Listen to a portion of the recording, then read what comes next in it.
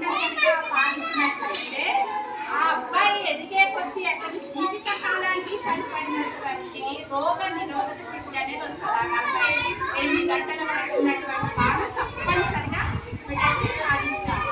తర్వాత WHO ప్రకారం 6 నెలల వరకు తల్లి ఖచ్చితంగా ఆమె పాలని బిడ్డకి పాలించాలి.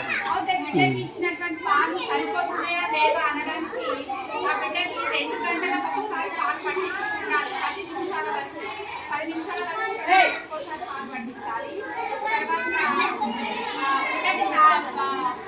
పాలు పట్టించేప్పుడు మళ్ళీ నీళ్లు కానీ ఇతర ఆహార పదార్థాలు ఏవి కూడా బిడ్డకి ఇవ్వకూడదు. ఒకటి పాలు మాత్రమే ఇవ్వాలి. వేరే నీళ్ళు అలాంటి ఏం చేయదు. తల్లిపాలు మాత్రమే పాటించాలి. కొంతమంది పిల్లలకి అంటే తల్లి శక్తి లేనప్పుడు పాలు సరిపోవాలి కూడా మనకు తెలుసు. ఏడుస్తూ ఉంటారు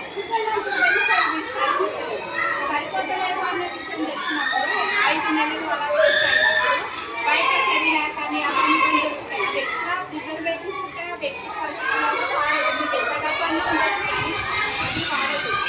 బియ్యం కొంచెం బియ్యం కడిగి ఎండబెట్టుకొని అది వేపుకొని ఒకటి